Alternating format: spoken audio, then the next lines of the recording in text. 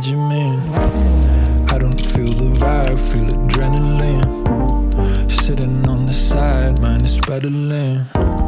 Please, can't we just settle it? You go on and look inside. Welcome to the Bass Space for another time. This is me, Joscha David, and today I'm talking to Narou.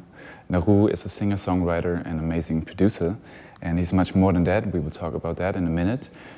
First of all, thanks for coming out here to Moa Beach. Thanks for inviting me. Yeah. How are you doing?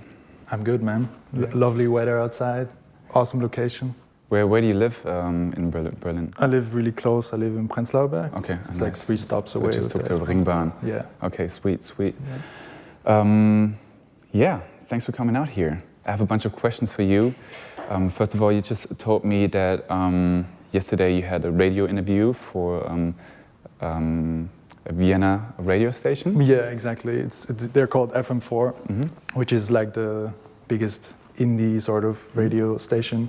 That's in super Austria. super exciting. Yeah. And you had to do it from home during these crazy Corona times. Yeah. But what I saw recently, was it last week or the beginning of this week? You did you played a concert. Yeah. How did that happen? Can you explain to people how it was possible for you to play a concert? Yeah, for sure. So the setup was in a like open air cinema. And they only allowed the people to stay in their cars, so they would drive onto the lot in their cars, and they had to stay in their cars. And all the cars were facing the stage, and yeah, we performed for a bunch of cars, and it was really funny because when you were up there, it looked really bizarre and scary because it was also really nice weather, and the sun was shining in my face. I couldn't see any faces; I only saw the cars, and they looked really like, I don't know, you have like 200 cars angled towards you. Super awkward. It looks really... It was like was it like a Black Mirror episode, sort of. right? It looked really scary, to be honest. Yeah. And then maybe we can blend in a photo or something if that's possible. Yeah, for sure. I can get you some. Is that possible, CAMBROTHERS?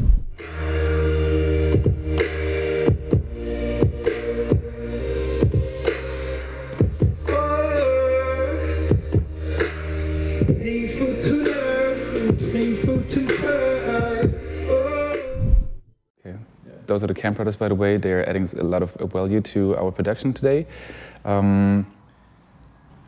It looked super awesome, and I wish there was something like that happening in Berlin as well. I know that some artists are planning something on that. Hope it's happening sooner than later because I miss concerts. I miss going out and stuff. I would even rent a car. I would go there with a drive now, car to go, whatever. Yeah. Narou, you have awesome streaming numbers, but you just said you were part of an indie radio station, so there are still a lot of people that would consider you to be indie and be smaller, blah, blah. You're not playing on the big radios yet. Yeah. Would you like to introduce you to them? Who is Narou? Yeah, for sure. I feel like right now it's a bit difficult because I've been doing for the last 10 years, I've been producing a lot of different artists, and my own artist project was never really in the focus for myself because it's difficult to place a producer out there without being an actual artist. And for me to make the switch to be an artist, I had to start singing on my own music because that just makes you more of an artist. And I've been starting doing that the last 2 years. So if you go on my Spotify, a lot of the tracks that are on there, I would say like I have one track on there which is really big, which is just a production of mine, where I'm not actually singing on. So what is its name? It's called Don't Need Me. I produced an album for also Vienna, like a guy from Vienna. He's called James Hersey. He's a really close friend of mine. Yeah. And that was sort of how the whole thing got rolling with James, you know. That was the first time I had like a major release out there, you know, and people started to take notice of who I was. But if you go on my Spotify right now, it's still a bit confusing because you have songs where I'm not singing on, songs where I'm singing on. Which I think makes it super interesting. Yeah. Okay? It's like, I mean, like, let's forget about all the old concepts, you know, like let's be different. There's so much more to say. So many more creative ways to entertain people, and I'm happy we're meeting today. Narou, your name is from Japanese, right? Yeah. Are you Japanese? No, I'm not. How did that come up? It's just something I've been always really attracted to. I don't know, I love the culture and the language, and I've been doing judo when I was a kid, so I think that's sort of where it comes from. And when I started... What is your number one judo move? Dude, that's an embarrassing question because I can't remember. Okay, that's fair enough. I mean, I did it from like when I was 3 until 8, you know, so I don't... The only thing I remember is counting to 10 in Japanese, that's all I still respect you because you're very tall and strong-looking guy. Thank you. So yeah, I think that's where it comes from. And I was just looking up Japanese words, you know, and that was one that sounded nice and had the first letter, the same letter as my name, so I don't know, that's sort of how it came up. And it has a nice meaning. Yeah. And you seem to know about phonetics and about language. Did you study something like, I don't know, English language or whatever, because it says a golden verb? Golden verb, yeah. Intransitive verb. I didn't look it up, very fair. To bear fruit. Yeah. What are you trying to say? I mean, that is the Japanese translation of it into English, you know, because there's different types of verbs in Japanese, and that's just like pretty much a description that it says online. You know? And it means becoming in Japanese, yeah, to become. Which can be interpreted as change. Yeah. And you see yourself as a changing person, like we all humans, we're part of a transformation process through life. And how did your music transform during the last months? And how will it maybe end up on your EP, which you're about to release this year, which is super exciting, your first EP? Yeah, that's a good question. I mean, as I mentioned earlier, for me, I feel like I really just found my sound within the last couple of months, you know. That's something I've been struggling with for a while, because I listen to so much different music and I enjoy so much different music, you know. So it was really difficult for me to find a clear path, which also makes my project interesting, I think. But now this whole EP has one distinct sound, and you hear me sing on all of the tracks. Nice. And I produce all of them, I mix all of them. Do you have interludes in between? No, because my management, my plan was actually to roll out a whole album, because I have all these like interlude in between tracks. You're also a fan of Bear Cubs, right? Yeah, like he's one super close homie of mine. And you have a track together. Yeah. And that's what he did with the last album, right? Has some interludes in between. Am I mistaken it? Because he's similar to you, also amazing singer and also a fantastic producer. Yeah, for sure. There are definitely some similarities. That's definitely. But an EP is much shorter, so it makes sense. Like if you look at his project, that's also something that. Like I talked with him about this a lot, because I, as I said, I wanted to make an album, but he was like, yo, maybe try put out EPs first. You know, that's also the way he did it, and try to focus on really, really strong tracks, you know. So I want to have a project where I only have really strong tracks. And then after that, I can have an album where I have songs that just live on the album, which are interlude tracks. That's basically what I'm doing now. So I'm going to have an EP coming out this September, and then I have an album next year. That's great, great. So until then, you're probably going to release a bunch of singles? Exactly, yeah. So I have my first single coming on the 12th of June. It's called Deep End, and I have a video for it that I did together with my brother and my sister, which I'm really lucky that I have them, because they really helped me to bring my, you know, visual kind of appearance to life, you know. They really, because my brother he knows how to film and how to cut, and my sister has a really good eye for aesthetics, and together it's a really good team, you know. And I can really super valuable. Yeah, super. And they both live in Berlin, you know, so it's really it's been a really close project with them, you know. And on the EP itself, I have a lot of features, so like friends from Berlin and outside of Berlin that helped me put all this together. I have. Do you want to talk about that? Yeah, already? for sure. I can. Super exclusive for bass bands. Yeah, it's actually the first time I'm talking about my EP. It's gonna be called Good Company, and it's coming out in September. Yeah. Great. And the features on it are a guy he's not really known yet. He worked with Semi Deluxe. What's his name? His name is Golo. Golo, okay. Yeah, so the first 2 tracks on my EP, I sort of co-wrote with him. He's a really nice, a really talented producer and singer. Just real quick, Semi Deluxe is one of the most iconic hip-hop artists from Germany. Super successful in the 2000s. And it's been a minute, but still, he's still. He he focused a lot more about behind the scenes stuff and pushing a lot of newcomers. So yeah, for sure. I believe like, he's a strong, Golo is great like musician. is a part of that whole setup. Yeah, and then I just started like a sort of like side project with two very close friends of mine, which is called At the Crib, and we have the third single on my EP is going to be together with them. And then the fourth single is going to be a feature with Noah Slee, who's also an artist that is based in Berlin. Yeah, I mean, you all should know Noah Slee. If you don't, just do your homework, okay? Okay? Why are you watching? Just spend your time Exactly, wisely. check him out. Yeah, he's a really so Noah Slee's on there. Golo, sorry. And At the Crib. At the Crib, yeah. which is your crew. Yeah. Your Berlin crew, basically. Basically, yeah. Are you in a flat share together? No. How did that name come up? How did that name come up? I mean, I'm really lucky that I have my studio in my apartment, you know, so I have a whole separate room that is just set up. I saw pictures of that, it looks super great. Thanks, man. Yeah, I'm lucky to have that, and it's really cool because I can just be as loud as I want. My neighbors never complain. So I always had people over for sessions, and I don't know, we just, with those two, I was just vibing, and we had like so many tracks, and we were like, why don't we just start like a super group sort of thing, you know? And now we did our first release like a couple weeks ago. Yeah, which I really liked. Thank you, man. And so they are gonna be on there, and that's it, or do you have another feature on there? That's it. Yeah, which is I didn't good. want to. How many songs will be on there?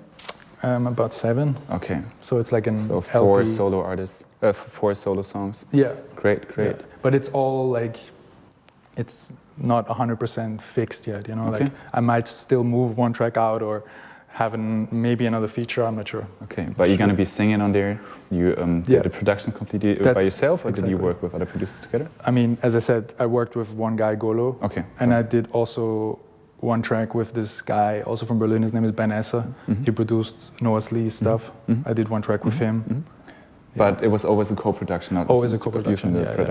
That's really important for me, you know, because I'm a producer, you know. Yeah. So I feel like it might be very difficult to work with me when you're in the studio because I have a really clear vision of what I want, you know. Yeah. So I really want it all in my control, you know, sort of. Yeah. Yeah.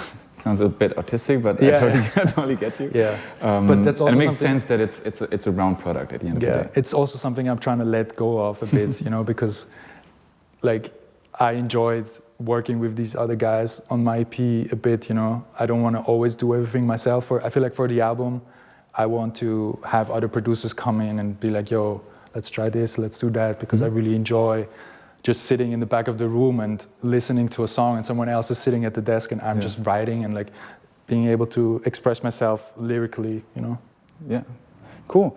So I'm excited for it, and I'm still enjoying summer, but on the other hand, I can't wait until September to start, you know, and to listen to that EP, which is called what? Good Company. Good Company. Yeah. Okay, nice. Well, how did you come up with that name? That's a good question. I kind of... Were you brainstorming it with your Post-its? And yeah, for sure. I mean... What kind of names? For me, it's like the whole EP...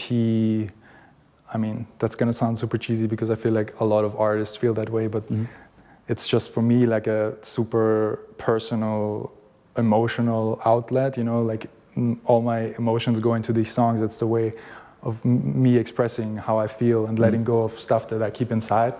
And all the songs inherently have sort of a different story, similar story, sorry.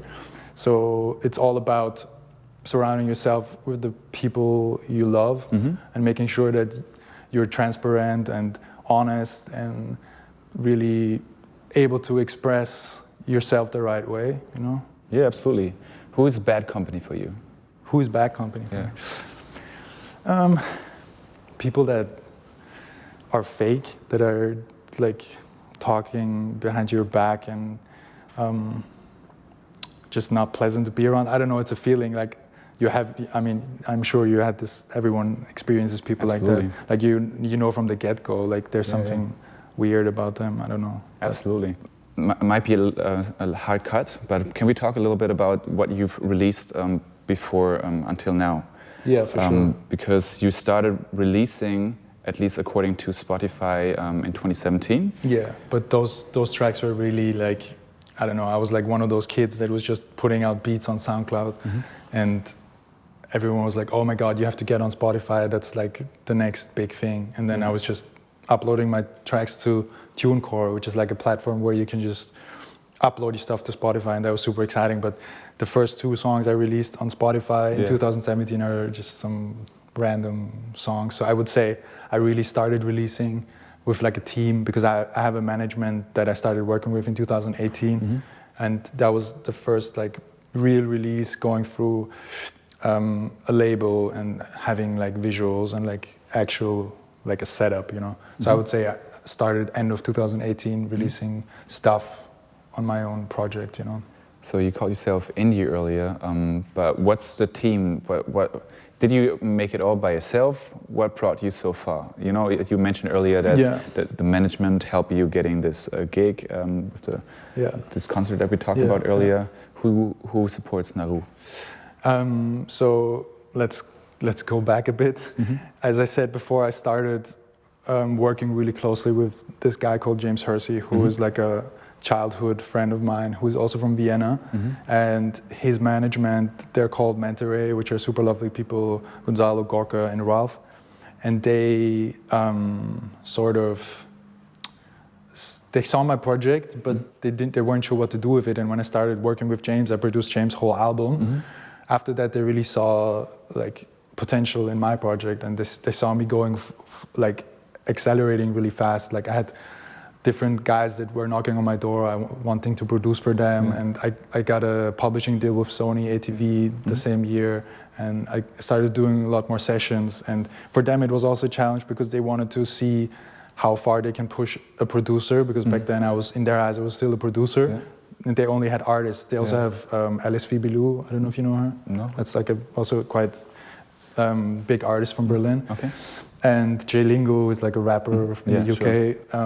Jay Lingo. Yeah. From grime-ish a little bit. Exactly. UK. Yeah. We love this guy. So for them, it was a challenge, I think, to have a producer and see what they can do with a producer. And then, I don't know, it just developed into more an artist project. So I'm it's like 2 directions. I'm a producer on one hand, on the other hand, I'm an artist, you know.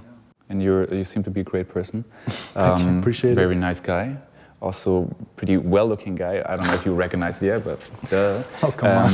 And I mean, which is important in this industry, you know, like you got to be around product and just don't hide in your studio. You got something to show, and I think by singing more, probably will help reaching a bigger audience. For sure, but it's difficult, you know, like most of the producers, we're all like, we like to hide in our rooms, and we're all like, we all have like social anxiety, and we're just weird around people, because I've literally spent 80% of my life in a dark room making music. So being around people and like having cameras on me and stuff, it's all fairly new, and it's definitely something I still have to adapt to. But yeah, it's part of it. If you want to be an artist, you got to put yourself out there. Yeah, thanks for fighting your social problems and coming out here and talking to me and Bass.